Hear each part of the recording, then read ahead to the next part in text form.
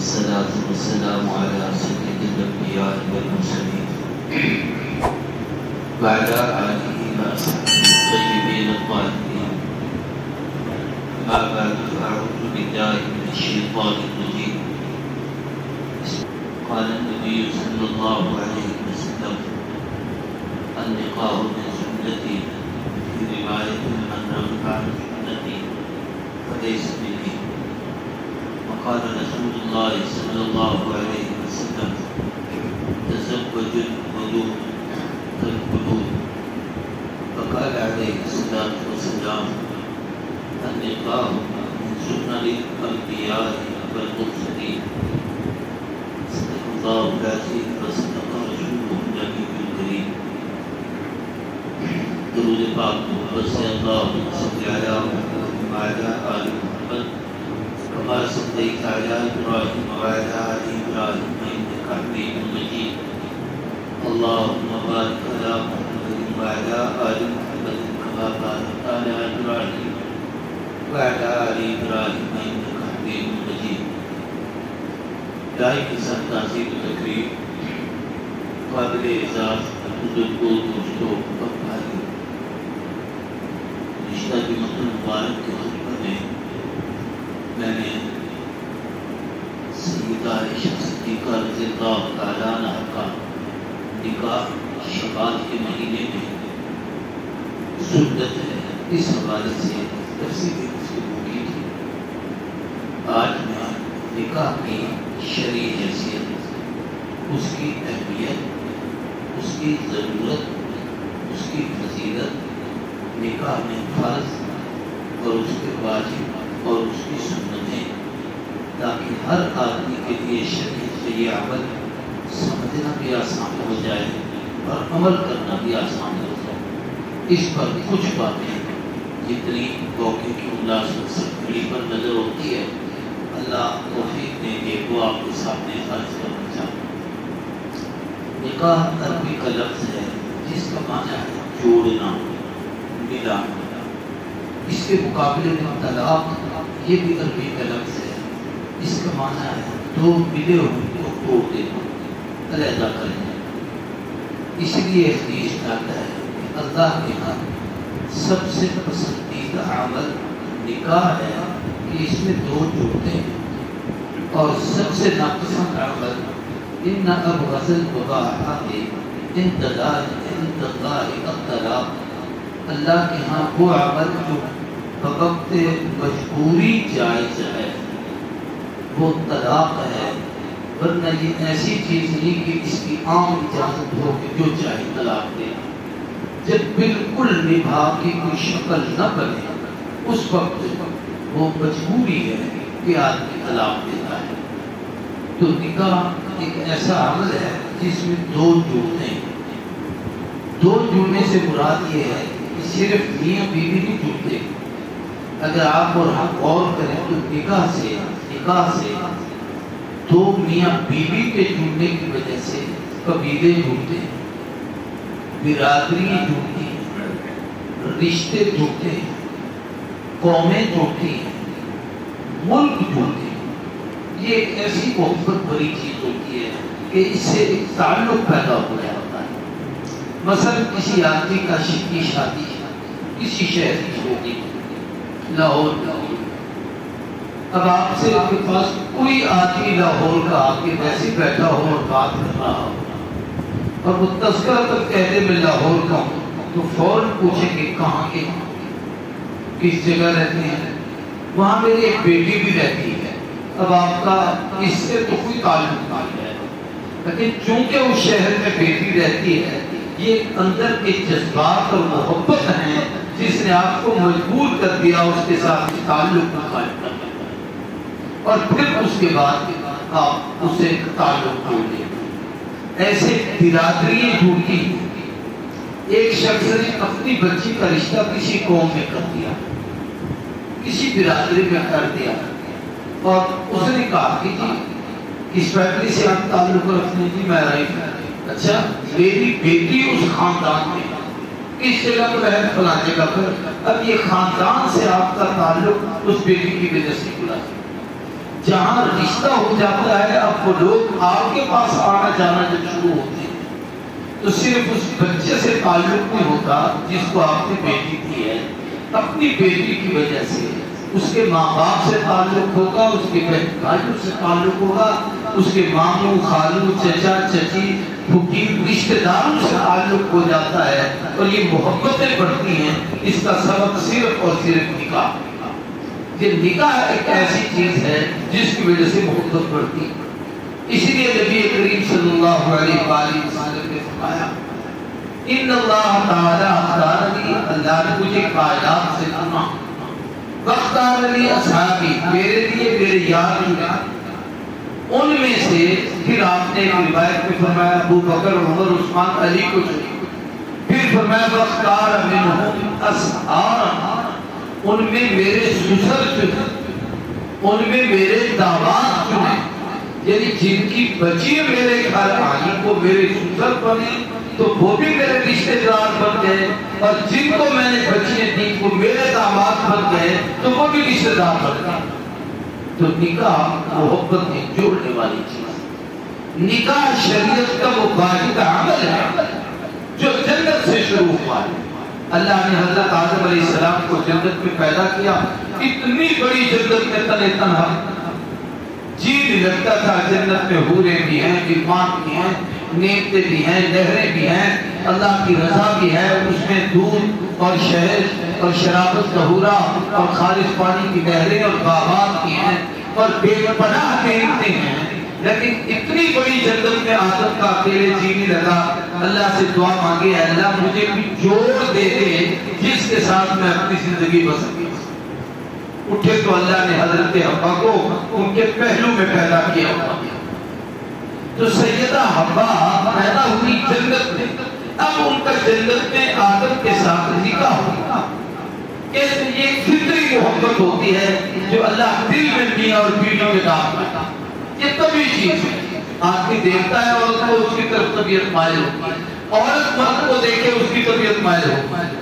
تو یہ جو فطری محبت پیدا ہوئی تو حضرت آدم علیہ السلام نے چاہا میں اس سے گفتگو کروں، چاہا میں اس کے ساتھ اپنا تعلق رکھوں۔ اللہ نے کہا ذرا صبر، پہلے تیرا نکاح ہوتا۔ اب یہ وہ نکاح کی ابتدا ہے جو جنت سے شروع ہو رہی، اور اس نکاح کا نکاح خان خود رب تھے جو نکاح کرنے والے تھے، اس پر گواہ فرشتے تھے۔ اس کا حق المہر کتابوں میں ہے کہ نبی کریم صلی اللہ علیہ وآلہ وسلم کی ذات اقدس پر حضرت آدم کو سکھایا گیا کہ آپ کی امت میں، آپ کی اولاد میں میرا آخری نبی محمد رسول اللہ صلی اللہ علیہ وسلم آئیں گے، آپ ان پہ 20 مرتبہ یہ درود کے کلمے پڑھیں، اللہم صلی علی محمد، یہ الفاظ کہیں کہ اللہ محمد صلی اللہ علیہ وسلم پر اور اس کے آل اولاد پر اے اللہ اپنی رحمتیں برسا۔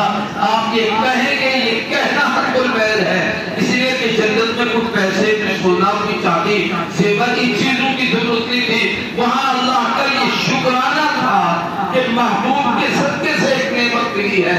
تو حضرت آدم علیہ السلام نے وہ حق المہر کے لیے حضور اقدس کی ذات اقدس پر درود پاک پڑھا۔ تو یہ ایک شادی کی ابتدا وہاں سے، حضرت آدم علیہ السلام دنیا میں تشریف لائے، اس وقت سے اب تک نسلوں کی بقا کا سبب نکاح ہے۔ آپ دیکھیں جن ملکوں میں، جن شہروں میں، جن لوگوں میں نکاح کی ہوتے ان کی نسل بھی نہیں، وہاں پر ولدیت میں ماں کا نام تو لکھا جاتا ہے، باپ کا نہیں لکھا جاتا، کہ باپ کا پتہ ہو تو بندہ لکھے گا کس کا بیٹا ہے۔ ماں کا پتہ ہوتا ہے کہ کس سے پیدا ہوا ہے، باپ وہ لکھیں گے جن کی شریعتوں میں نکاح کا تصور ہے۔ اسلام میں ایک نکاح کا تصور ہے، اس لیے آدمی اپنا نسب اپنے باپ سے پیدا رکھتا ہے، اور نسب چلتا ہی باپ سے ہے، ماں سے نہیں چلتا۔ لوگوں میں مثال مشہور ہوتا ہے کہ زبان مادری ہوتی ہے، گھر میں ماں ہوتی ہے تو اس کی بولی بچہ سیکھ جاتا ہے، زبان ماں کی بولتا ہے لیکن نسب باپ کا بتاتا ہے۔ باپ جس قبیلے کے ساتھ ہے آپ اس قبیلے کے فرد کہلائیں گے اور اس کی نسب میں سے کہلائیں گے، اس لیے شریعت نے یہ سلسلے جوڑے۔ اور اس کی اہمیت کو بتایا قرآن مجید میں مختلف مقامات پر۔ ان میں سے ایک تو اللہ نے فرمایا کہ ہم نے تمہاری بیوی اس لیے پیدا کی لتسکنوا، تاکہ تمہیں سکون ملے۔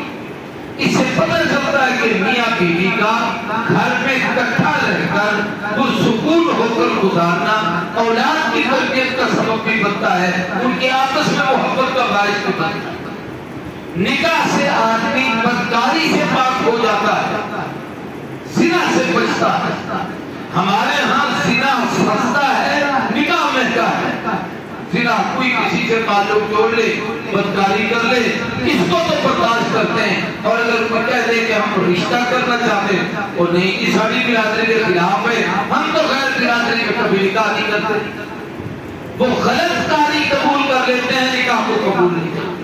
یہ ہماری کمزوریوں میں سے ایک بہت بڑی کمزوری۔ میں آپ یہ کرنا چاہتا ہوں کہ نکاح سے نسب محفوظ رہتا ہے، خاندان محفوظ رہتی ہے۔ نبی کریم صلی اللہ علیہ وسلم نے فرمایا تمہارے اندر جب نکاح چلیں گے وہ 4 قسم کی عورتوں کا انتخاب ہوگا لوگوں، یا تو کسی عورت سے شادی ہوگی اس کو حسن و جمال کی وجہ سے، اور حسن و جمال کا مفہوم یہ ہے کہ ہر آدمی کی اپنی ایک چاہت ہوتی ہے کہ میں اس سے نکاح لوں۔ یہ ضروری نہیں کہ والدین نے بہت خوبصورت لڑکی پسند کی ہے اور بڑی شریف بچی پسند کی ہے، بہت نیک بچی پسند کی ہے، بڑی خوبی والی کی ہے، لیکن اگر بچے کی طبیعت کو نہیں لگی تو کیا میں نہیں کرتا۔ تو حسن سے مراد اس کا اپنا حسن انتخاب ہے، یا تو اس وجہ سے لوگ رشتے کرتے ہیں۔ حضور نے فرمایا یہ رشتے کا دوسرا سبب مال ہے، کہ اس قبیلے میں شادی کر لوں، بچی کھاتی پیتی ہے، وہ ان کی ایک ہی بیٹی ہے، جائیداد ان کی بہت زیادہ ہے، وہ اس بچی کو ملے گی، ہمارے بارے پیارے ہو جائیں گے۔ غرض اس کے اندر اخلاص نہیں، دولت ہے کہ مال مجھے ملنا چاہیے جیسے بھی مل جائے، چنانچہ اس مال ملنے کے بعد پھر یہ آپ کی اپنی غرض پوری کرنے کے بعد اس سے تعلق توڑنا شروع کر دیتا ہے، میں دوسری شادی کر لوں گا، میں کہیں اور منتقل ہو جاؤں گا، مال جو اس کے ہاتھ میں آ گیا۔ تو یہ بھی سبب کمزور ہے، حسن کا سبب بھی کمزور ہے۔ اس لکھا ہے کہ حضرت شیخ عبدالقادر جیلانی رحمہ اللہ کی خانقاہ میں ایک ان کا خادم رہتا تھا، وہ نکرانی کھانا دینے کے لیے جاتی تھی، جو لنگر میں کھانا پکاتی تھی، وہ سب کو تقسیم کرتی تھی، تو وہ آدمی روزانہ اس کو بڑے غور سے دیکھتا تھا۔ اس نے حضرت کو آ کر بتایا کہ حضرت اس کی تو یہ حالت ہے۔ آپ نے فرمایا اچھا کوئی بات نہیں، وہ کھانا دینے جاتی تھی، آ کر اس نے اس سے بات چیت کرتی، طبیعت کا میلان ہو جاتا۔ حضرت نے ایسا کیا، فرمایا اس کو کھانے میں جلاب دیتا، ایسی چیز ڈال دی اسے جلاب دیتا نہیں، اس عورت کو آپ نے جلاب دلوا دیا، وہ جو لڑکی جاتی تھی نکران۔ 2 دن کے بعد جب وہ پھر کھانا دینے کے لیے آئی تو وہ مسلسل بیماری کی وجہ سے، استحصال کی وجہ سے، اسہال لگنے کی وجہ سے طبیعت کمزور ہو گئی، پھیکی پڑ گئی، چہرے پہ اس کے بل پڑ گئے۔ تو وہی جو اسے غور سے اس کے حسن کو یوں تکتا تھا، تو اس نے کہتے خیر ہے آج کیسے لگ رہی ہو، وہ حسن نہیں، خوبصورتی نہیں، طبیعت آپ کی عجیب سی لگ رہی ہے۔ اس نے کہا بس طبیعت خراب ہو گئی۔ اس نے جا کر حضرت شیخ جیلانی کو بتایا کہ آج تو اس کی حالت یہ تھی۔ پھر حضرت اس کے پاس گیا، اس کو بلا کر لے گئے اور جہاں لیٹرین تھی وہاں جا کر دکھایا، یہ وہ حسن پڑا ہے جس پہ تو عاشق ہوا، وہ حسن اندر سے نکل گیا ہے، اس کا چہرہ ختم ہو گیا ہے جس کے اوپر تو دیوا۔ تو یا حسن و جمال کی وجہ سے لوگ نکاح کرتے ہیں یا مال کی وجہ سے نکاح کرتے ہیں۔ تیسری چیز حضور نے فرمایا یہ حسب و نسب کی وجہ سے نکاح کرتے ہیں، کہ بڑا خاندان ہوتا ہے، مثلا اس میں اپنی خاندانیت کو آپ سامنے رکھیں، کوئی ارائی ہے تو کوشش کرے گا ہماری اپنی برادری ہو، راؤ ہے تو کوشش کرے گا ہماری اپنی برادری ہو، کوئی ملک ہے تو کوشش کرے گا ہمارا اپنا خاندان ہو، کوئی بلوچ ہے تو کوشش کرے گا ہمارا اپنا خاندان ہو۔ سید ہے تو کوشش کرے گا ہمارا اپنا خاندان ہو. اسلام میں اس کو کفر کہتے ہیں. یہ بھی نکاح کا ایک ذریعہ. چوتھا حضور نے فرمایا کہ دین کی نسبت سے آدمی نکاح کرتا ہے. اس لیے میں اس جگہ نکاح کرنا چاہتا ہوں کہ یہ بچی دیندار ہے، نیک ہے، نماز پڑھتی ہے، پردہ کرتی ہے، شریعت کے مطابق زندگی گزارتی ہے، خیر کو نہیں دیکھتی، کسی سے گفتگو نہیں کرتی.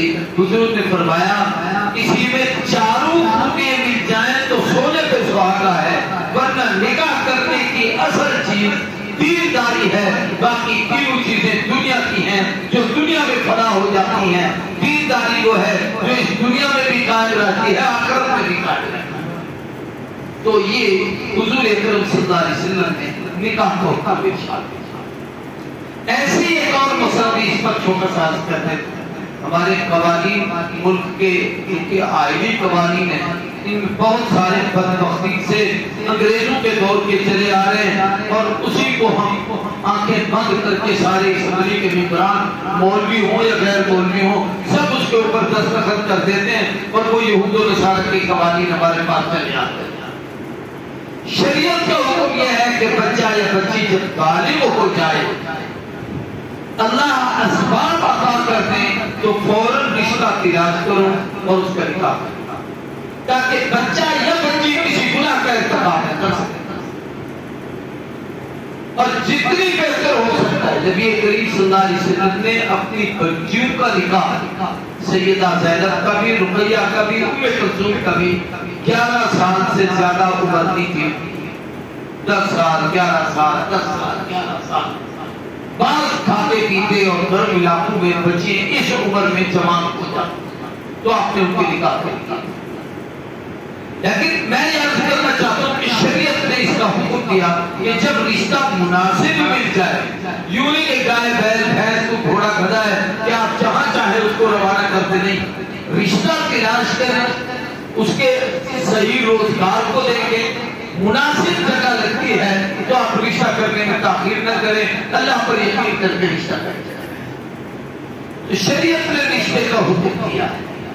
رشتے کی وجہ سے آدمی میں نیکی پیدا ہوگی، نکاح کی وجہ سے گناہ سے بچتا ہے، نکاح کی وجہ سے نسب چلتا ہے، نکاح کی وجہ سے آگے اولاد پیدا ہوتی ہے اور آپ کا خاندان آگے بڑھتا ہے. نبی کریم صلی اللہ علیہ وسلم نے فرمایا نکاح مجھ محمد کی سنت ہے. میں نے نکاح کیا ہے. صحابہ کرام حضور کے پاس بیٹھے تھے. ایک نے کہا شادی نہیں کرتا بس ذکر اذکار کرتا ہے. آپ نے فرمایا نکاح کرنا میری سنت ہے، جو اذکار کرتا میری امت سے خارج ہے. آپ نے فرمایا کہ نکاح کرنے کے لیے خاندان اور عورتوں کو تلاش کیا کرو.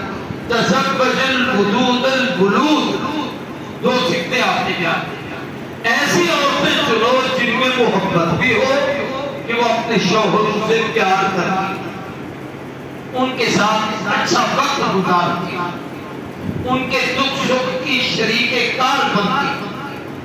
اور البلود، جن خاندانوں کی عورتوں میں بچے زیادہ ہوں، یہ زمین کی زرخیزی کی بات ہے. زمین اچھی ہوگی تو فصل اچھا ہوگا. جس خاندان کی عورتیں بچے زیادہ جنم دیتی ہیں ان قبیلے کے عورتوں سے نکاح کیا کرو تاکہ تمہاری اولاد زیادہ ہو، میری امت زیادہ ہو. انی افاخر بکم الامم، قیامت کے دن میں فخر کروں گا کہ میری امت سب سے زیادہ ہے. تو حضور صلی اللہ علیہ وسلم نے باقاعدہ اس کی ترغیب ارشاد فرمائی. آپ صلی اللہ علیہ وسلم نے اپنے بھی نکاح کیے اور پھر حتیٰ کہ فرمایا نکاح من سنن الانبیاء والمرسلین، جتنے نبی اور رسول آئے ہیں کوئی بغیر نکاح کے نہیں. سب نبیوں نے سنت کو پورا کیا. پہلے نبیوں میں سے 2 نبی ہیں جن کے نکاح نہیں. ایک عیسیٰ علیہ السلام قرب قیامت میں آئیں گے، نکاح کریں گے حضور کی شریعت کے مطابق، حضور کی امت میں حضور کی امت کی خاتون کے ساتھ، اور اس کا نکاح حضور کی شریعت کے مطابق. اور ایک حضرت یحییٰ علیہ السلام، ان کی صفت قرآن نے بیان کی ہے سیدم و حصورا. وہ حصور، حصور اس کو کہتے ہیں کہ ویسے تو وہ بہت کامل مرد ہو، پوری تمام اور طاقت رکھتا ہو، لیکن اللہ نے اس سب کچھ کے باوجود اپنا خوف اس کے دل میں اتنا ڈال دیا ہے کہ وہ رب کی طرف اتنا متوجہ ہے کہ غیر کی طرف اس کی نظر جاتی۔ یہ ایک خوبی ہے جس کی وجہ سے حضرت یحییٰ نے شادی دی، ورنہ خود حضور صلی اللہ علیہ وسلم نے نکاح کی اور 11 شادیاں کی، اور ان شادیوں سے آپ نے امت کو بڑے سبق دیے۔ اس پر میں پھر ایک مستقل تقریر کروں گا کہ حضور نے یہ 11 شادیاں کیوں کی، اس کا سبب کیا تھا۔ یہاں میں یہ بتانا چاہتا ہوں کہ شادی اور نکاح یہ شریعت کا ایک اہم ترین عمل دنیا میں بھی ہے، جنت میں بھی ہوگا، کہ جو بیویاں یہاں ساتھ ہیں اگر شوہر کی موت کے بعد انہوں نے دوسرا نکاح نہیں کیا، یہ وہاں بھی جنت میں اس کی بیویاں ہوں گی۔ جنت میں جنت کی حوروں کی یہ سردار بنے گی، اور جنت کے حوروں کے ساتھ ان مردوں کے نکاح بھی ہوں گے۔ اب میں نکاح کے متعلق 2-3 مسئلے عرض کرنا چاہتا ہوں۔ نکاح میں 2 چیزیں فرض ہیں، کتنی؟ فرض اس عمل کو کہتے ہیں کہ اگر وہ نہ ہو تو وہ کام ہوتا ہی۔ نکاح میں 2 چیزیں فرض ہیں، ایک ہے ایجاب قبول، یہ دونوں لفظ عربی کے، ایجاب قبول۔ ایجاب کا معنی ہوتا ہے کسی سے جواب لینا، پوچھنا۔ قبول کرنا ہے کہ وہ دوسرے بات کرے اور قبول کرے، مانگے، اس کو قبول کہا جاتا ہے۔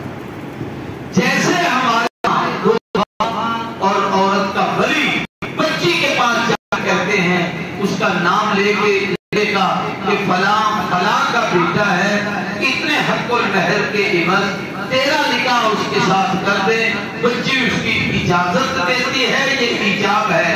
اور آ کر پھر مرد کو کہا جاتا ہے کہ بچی کی اجازت کے ساتھ اتنے حق المہر کے عوض تیرا نکاح فلاں کے ساتھ فلاں بچی کے ساتھ ہم نے کر دیا، تو یہ قبول ہے۔ تو وہ کہتا ہے میں نے اس کو قبول کیا، اس کو کہتے ہیں ایجاب قبول۔ عورت سے پوچھنا، مرد کو کہنا، یا مرد سے پوچھ کر عورت کو کہنا، اور دونوں میں سے ایک کی اجازت لینا اور دوسرے کا قبول کرنا، یہ فرض ہے۔ اگر یہ الفاظ نہیں کہے گئے تو نکاح ہوئی۔ آپ کتنی بڑی شادی کی تقریب کر لیں، لوگوں کو کھانے کھلا دیں، دلہن کو کتنا بڑا سوار سکھا دیں، دلہے کو کیسا بنا کے لے آئیں اور اس بچی کو لے جائیں، اگر یہ ایجاب قبول نہیں ہوا تو نکاح نہیں ہوا، ساری زندگی زنا ہوتا رہا۔ دوسرا فرق یہ ہے کہ حضور شہادت ہے، 2 گواہوں کا اس نکاح میں ہونا فرض ہے۔ وہ 2 گواہ جو بچی کے پاس بھی گئے ہوں اور وہی بچے کے پاس بھی موجود، یعنی بچی سے پوچھنے بھی وہی گئے ہوں، بچے کے پاس بھی وہی ہوں، انہوں نے اس کی بات بھی سنی ہے، اس کی بات بھی سنی ہے۔ یہ میں اس لیے اتنی تفصیل سے بات کہہ رہا ہوں کہ ہم روزانہ یہ شادی کی تقریباتیں دیکھتے ہیں تو بچی سے پوچھنے کے لیے کوئی چلا گیا، دستخط کوئی کرا لیا۔ یہاں پر جب نکاح ہو رہا ہوتا ہے اور دستخط کرنے کے لیے فلاں کو بلاؤ فلاں کو بلاؤ، یہ اندر گئے ہی نہیں ہوتے، ان کو پتہ ہی نہیں ہوتا کہ انہوں نے بچی سے پوچھا ہے کہ نہیں پوچھا۔ وہ گواہ بن کے دستخط کر رہے ہوتے ہیں، نہ ان کو پتہ ہوتا ہے نہ ان کو پتہ ہوتا ہے، نہ انہوں نے بچی سے سنا ہوتا ہے، یہ ایجاب قبول ہو رہا ہے۔ جب تک گواہ دونوں طرف برابر نہ ہو اس وقت تک نکاح نہیں۔ دونوں گواہوں کا عادل ہونا ضروری ہے، ان میں کوئی پاگل نہ ہو، بالغ ہونا ضروری ہے، کوئی کم عمر نہ ہو۔ کم عمر سے مراد یہ کہ 15 سال سے شرعاً کم نہ ہو، اور ہمارے قانون کے مطابق 18 سال سے کم نہ ہو، اس لیے کہ شناختی کارڈ کو اس میں نمبر لکھنے پڑتے ہیں پاکستان کے آئین کے مطابق، نہیں لکھیں گے تو آپ مجھے ہو جائے۔ تو 2 مرد ہوں یا ایک اور مرد اور 2 عورتیں ہوں، ان کے سامنے یہ ایجاب قبول ہو، وہ میاں بیوی آپس میں کرے تب بھی جائز ہے۔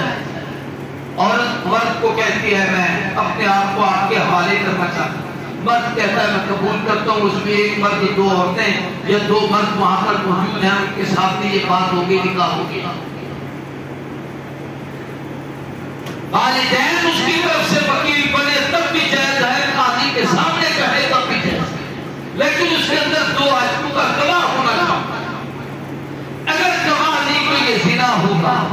یہی فرق ہے نکاح میں اور گواہ میں، جہاں اور بہت ساری چیزیں ہیں ان میں ایک فرق یہ بھی ہے کہ نکاح کے اندر گواہ ہوتے ہیں، زنا چھپ کے ہوتا ہے، نکاح کھلے عام ہوتا ہے.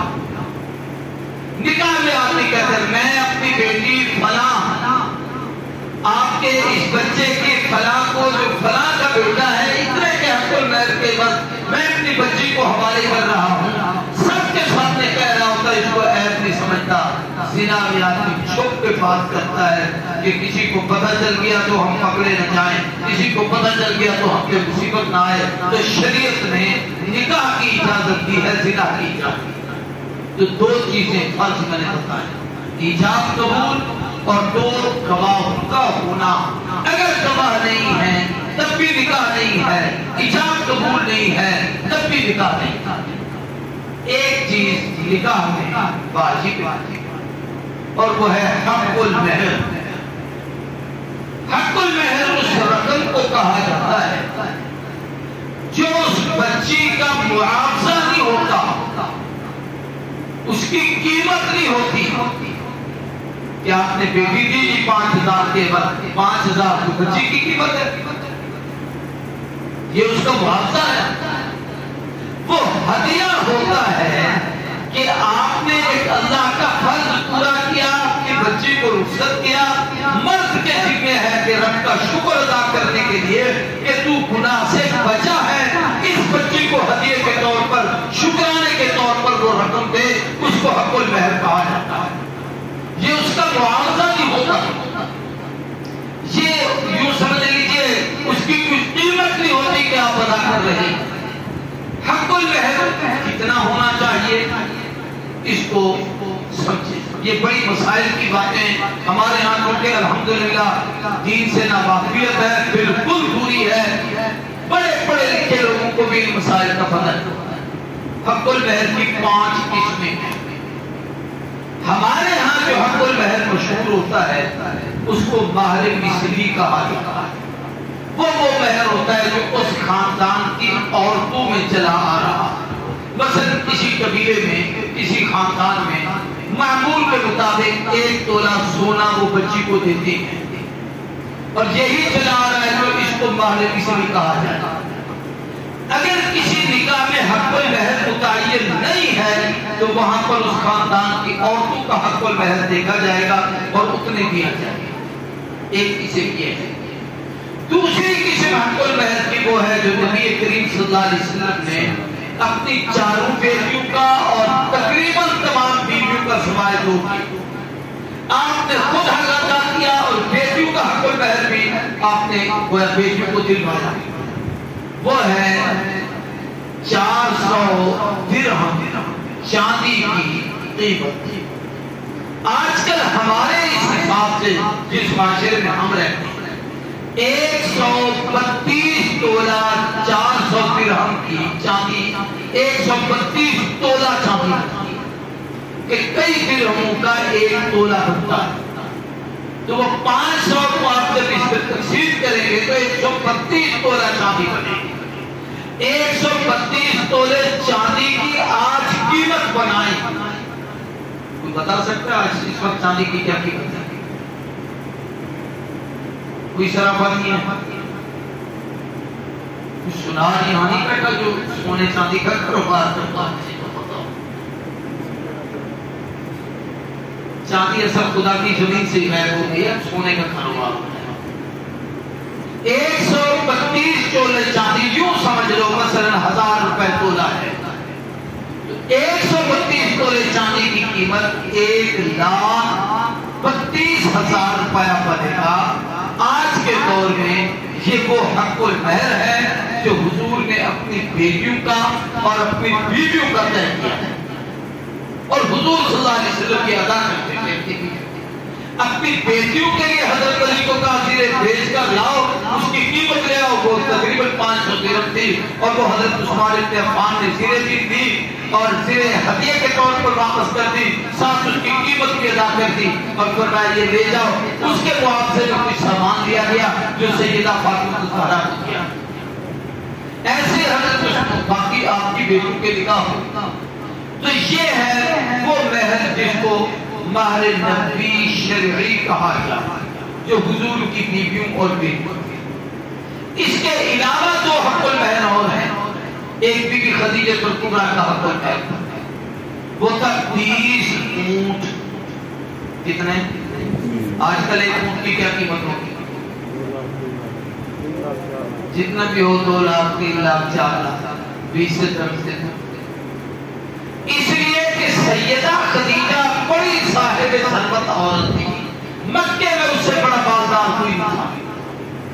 بی بی نے اپنا سارا سرمایہ جو کہ حضور کو دے دیا تھا، حضور پہ اعتماد تھا، تو حضور نے وہی 20 اونٹ جو بی بی نے حضور کو ہدیہ کیے تھے آپ نے بطور حق المہر کے ادا کر دیا، اور پھر آپ نے اس ولیمے پر بھی اونٹ ڈیبیٹ کیے تھے۔ تو یہ حضور کے بیوی، اس سے پتہ چلتا ہے کہ کتنی صاحب ثروت ہے، حوصلہ ہے، دولت ہے، دے سکتا ہے تو زیادہ بھی جاتا ہے۔ حضور کی ایک بیوی تھی ام حبیبہ، اس کا نکاح نجاشی بادشاہ نے کیا تھا۔ اس نکاح پر بھی میں نے ایک تقریر شاید کچھ عرصہ پہلے کی تھی۔ تو اس کا جو حق المہر تھا وہ 400 اوقیہ سونا تھا۔ اس سونے کی مقدار کی قیمت آج کل کے دور میں لاکھوں نہیں کروڑوں میں ہوتی ہے۔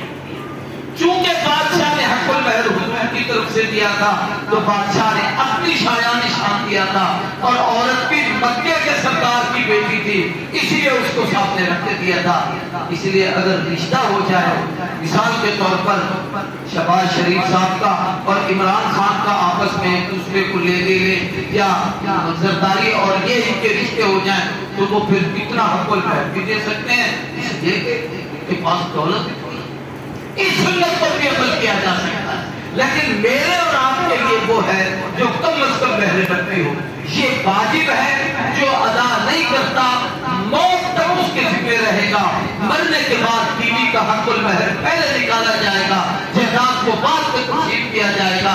اگر کوئی بیوی کا حق المہر کھا گیا ہے، قیامت کے دن اس وقت تک جنت میں نہیں جائے گا جب تک اس کے نامہ اعمال سے نیکی اٹھا کر اس کی بیوی کے پلڑے میں پہنچائی جائے۔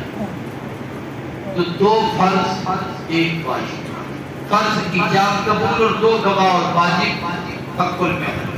کتنی چیزیں ہو گئی وہ بولو تو صحیح۔ آج مشکل عنوان آ گیا اور پہلے جو آپ کو سمجھ نہیں آ رہا۔ نکاح میں ایسے تو بہت ساری سنتیں ہیں، سب پر تفصیل سے گفتگو نہیں کرتا۔ 4 چیزیں سنت ہیں۔ کتنی؟ سارے بولیں۔ سب سے پہلی سنت یہ ہے کہ نکاح مسجد میں کرو۔ مسجد رب کا گھر ہے، یہاں جو معاہدہ ہوگا اس میں برکت بھی ہوگی اور پختہ بھی ہوگا۔ مسجد میں مرد آئیں گے، عورتیں نہیں آئیں گی، آپ کی عورتوں کی عفت، پاکدامنی، حیا اور غیرت ہے۔ جب سے ہم نے میرے جھالوں میں نکاح شروع کیے ہیں، بے حیائی ہے اور اللہ معاف فرمائے بد نظری ہے، ان بچیوں کو بے پردہ کیا جاتا ہے، اتنی سنور کر سگر کر اس طریقے سے لوگوں کے سامنے آتی ہیں اور ہم اس بے غیرتی کا ملاحظہ کر رہے ہیں۔ حضور صلی اللہ علیہ وسلم کے زمانے میں مسجد میں نکاح ہوتے ہیں۔ اب بھی خوش نصیب لوگ ہیں جن لوگوں کے نکاح مسجدوں میں ہوتے ہیں۔